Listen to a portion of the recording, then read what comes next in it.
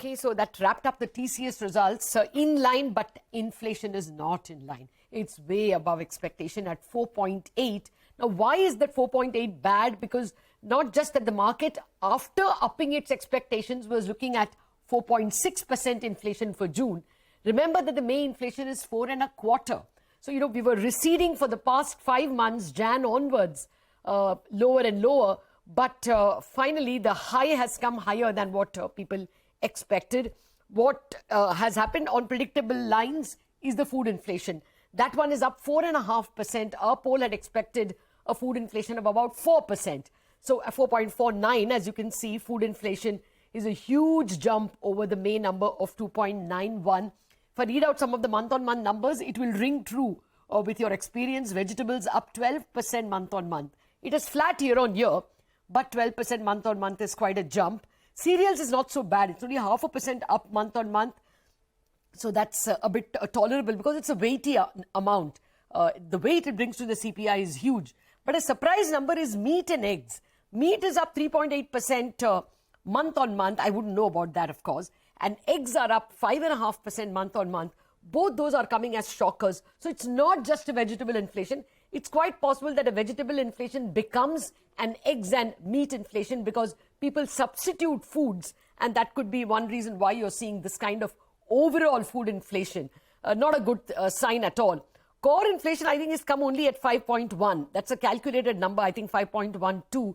People were giving me a number of 5.2 when I was polling them. So this may be a bit of a relief, but food, we need to bring that under control. Coming back to the IIP number, a good number actually, at 5.2%. The best numbers we got for 4.8, 4.9. 5.2 is a good number. So it's good growth, and because there's growth, there's more demand and there's inflation. It's a growth story, but we have to worry about inflation. Let me get to the experts. Very patiently waiting by is Rupa, Rege, Nitsure, the Chief Economist at L&T Financial Services, and Nikhil Gupta, the Chief Economist at Motilal Oswal Financial Services. Both of you, thank you very much for your patience. We were delayed by TCS.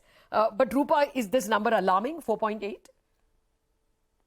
Yes, because against the backdrop of, shadow of El Nino and unevenness in the distribution of monsoon, already, we have started seeing not just the vegetable prices, but also the cereal prices increasing on a sustained basis. Of course, government has put bans on exports and imposed stocking limits, etc. So they are trying to counter it.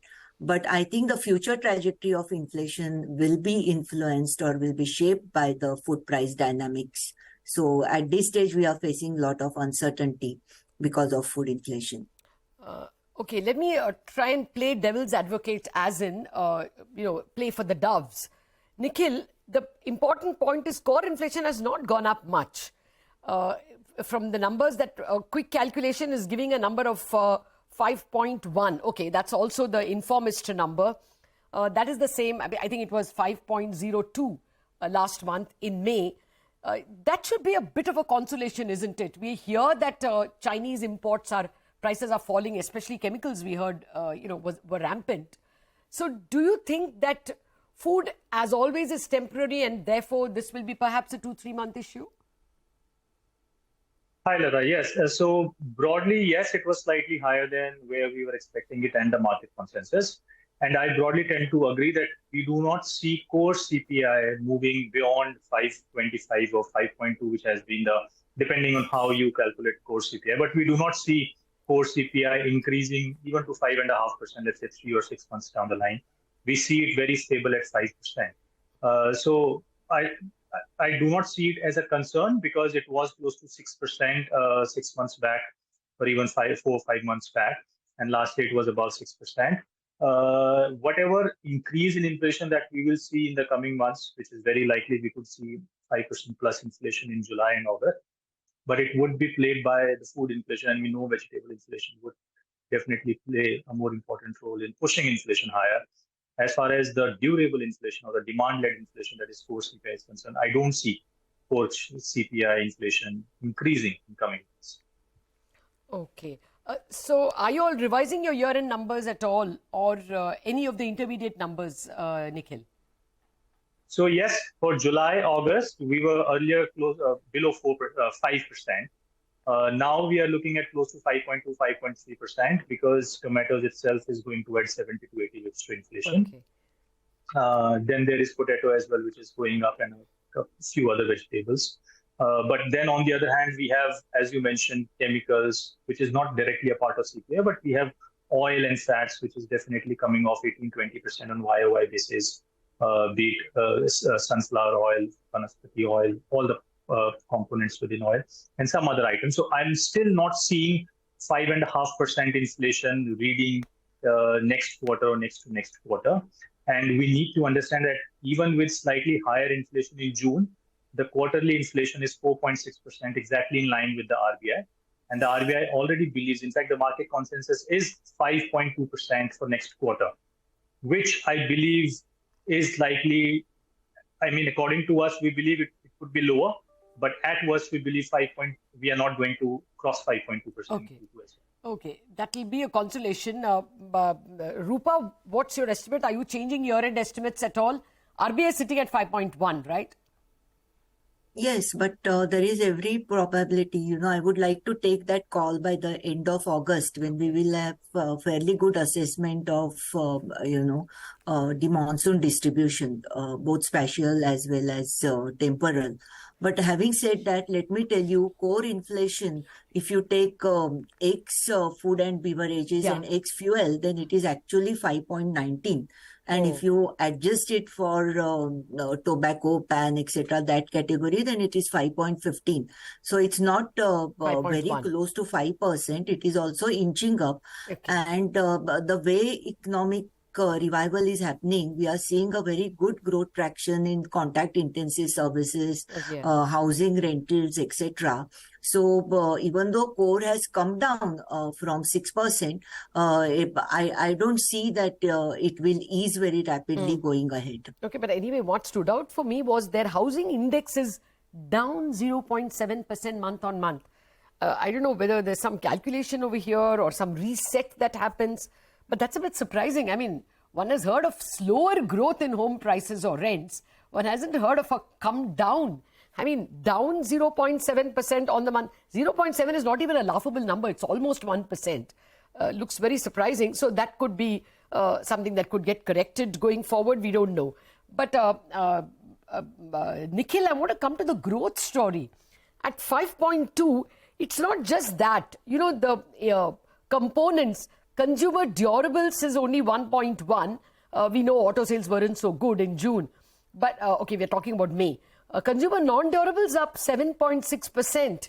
Infrastructure goods 14%. Of course, it's government driven. Capital goods up 8.2%. Overall, manufacturing is 5.7%. That's 80% of 77% of the IIP. Growth is strong, wouldn't you say? I would agree, Latha. Again, growth has been better than what we were expecting. Till May now, we have all the data, and it definitely does not seem like there has been a serious slowdown in growth as of now. So yes, it has been better than anticipated. The consensus, I think, for IIP was 5%. It is slightly better at 5.2%. So yes, I tend to agree with you. I think it's a cement production or infrastructure, as you rightly pointed out, driven by the government sector. They have done really well.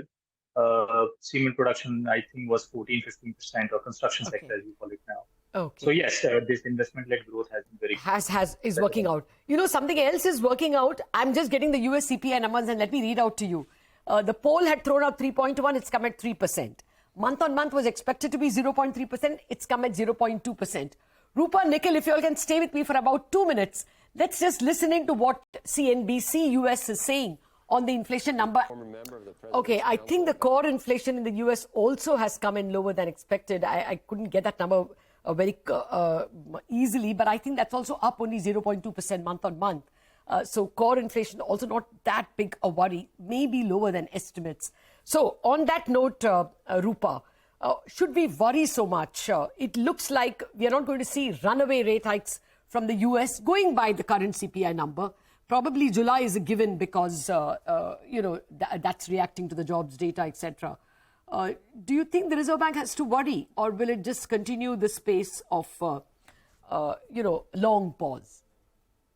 I think they will continue for the phase of long pause because they are certainly more driven by our own growth inflation dynamics. And luckily at this stage, all macro financial stabilization factors are good for India. So even if US Fed rate goes up, the interest rate differential gets widened, I don't think that will pose any threat for FPI inflows into India because India's, in relative terms, macro financial stability indicators at this stage are very robust, and that will not be a concern for Reserve Bank of India.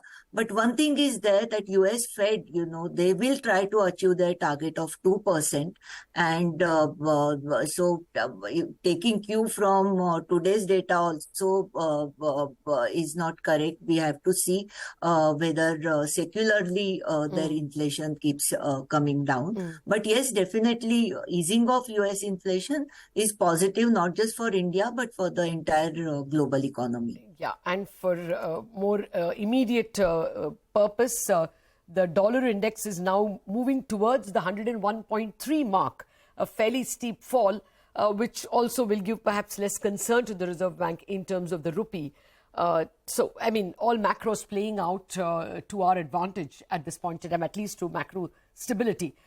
Nikhil, just finally your point, your thoughts. US inflation also lower than expected.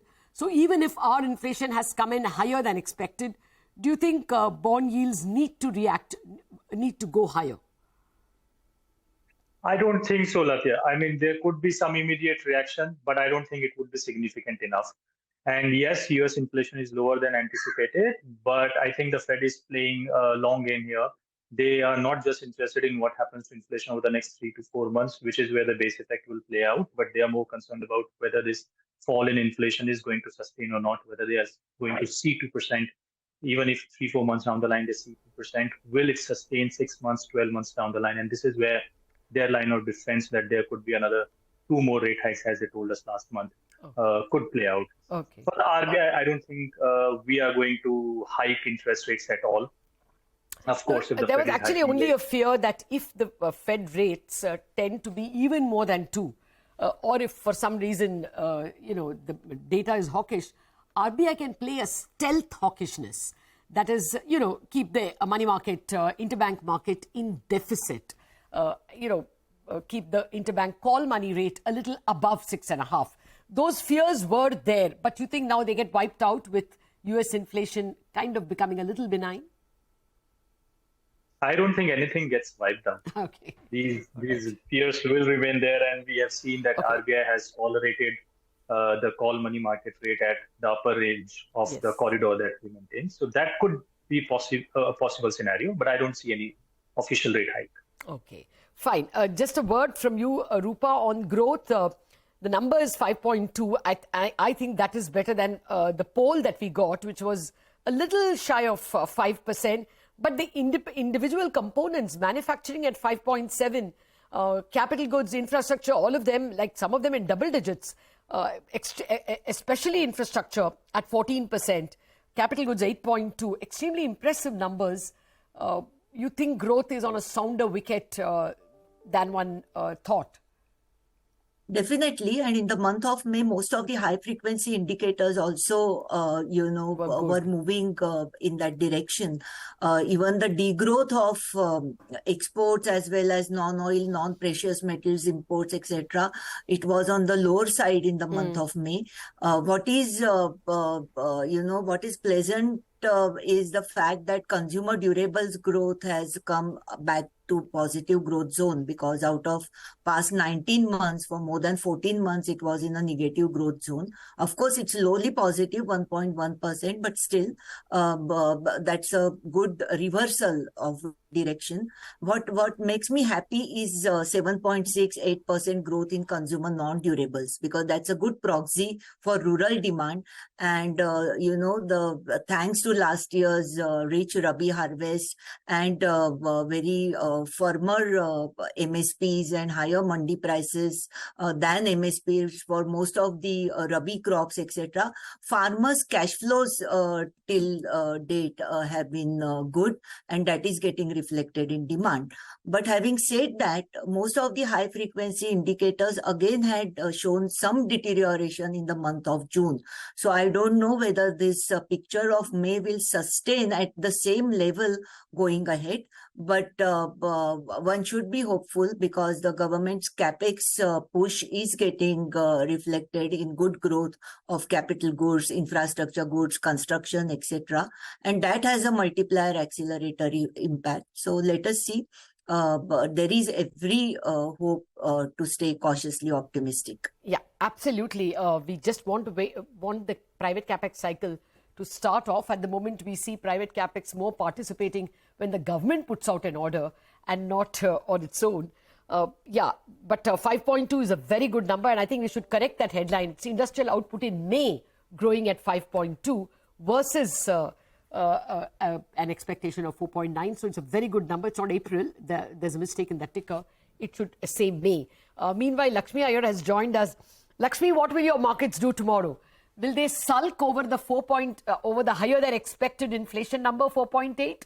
Or will they be happy that the US inflation number is 3 and not 3.1?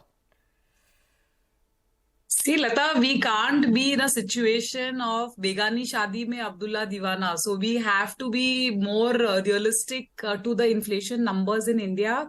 And also, given the fact that, the tomato, onion and potato prices, specifically the tomato prices, are still reasonably sticky. And this has contributed to the inflation numbers. And some bit of the spill through is likely to happen into July as well, which means that the July, August, September number could be well above that 5 quarter mark. So I think these are some of the things which the markets cannot completely be oblivious to.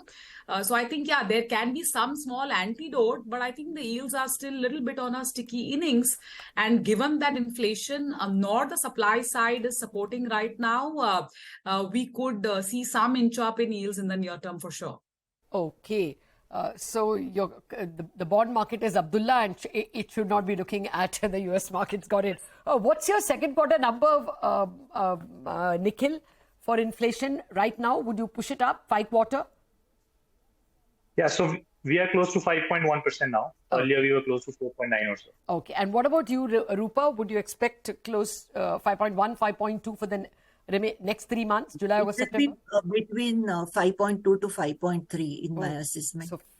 So Lakshmi's guess of 5 quarter is spot on. That's where the market is. Lakshmi, so tomorrow itself, do you think we go towards 7.15?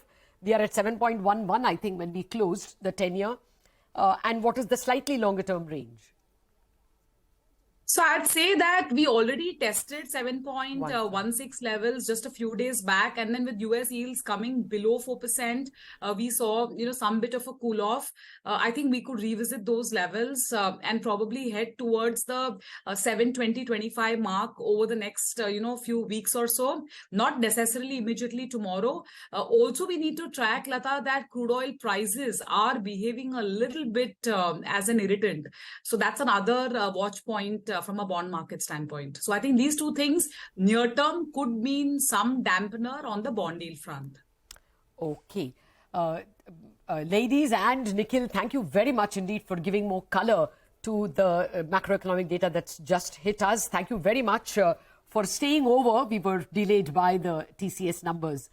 Just to wrap it up for those who have just joined, the inflation number has come in higher than expected, actually a good 20 basis point higher than our poll of 4.6, coming in at 4.8. And it's a good 60 points higher, or 55 basis points higher than what came in May. For quarter has jumped to 4.8, largely a food inflation at 4.5, compared to expectations of 4% and compared to just 2.9 in the month of May. So it is a food-driven inflation that we see. Core inflation, not a bad number at all. It's just, a little south of what the market was prepared for. So perhaps this inflation spurt is temporary, largely driven by food. The expectation is that we are going to see the after effects in July, August, September as well. So no softness expected from the Reserve Bank. But the positive part of the picture is provided by growth. The May industrial output number coming in at 5.2 against expectations of 4.9. Good growth usually spells inflation, and that's exactly what we are seeing now. So don't expect the regulator to soften rates anytime now, to even soften liquidity anytime now. But the economy in fine fettle. That's the message from the macroeconomic data. We wind up on this special presentation. Do stay tuned in. After a break, we are going to get you more on the HCL numbers. You heard TCS. It's time you heard about the HCL numbers as well. Back in a jiffy.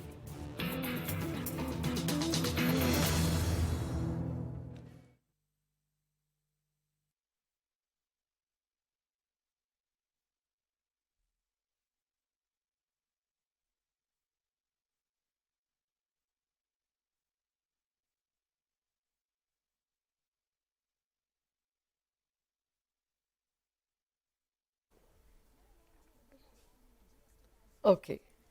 Yeah. Do I look ready? Yeah.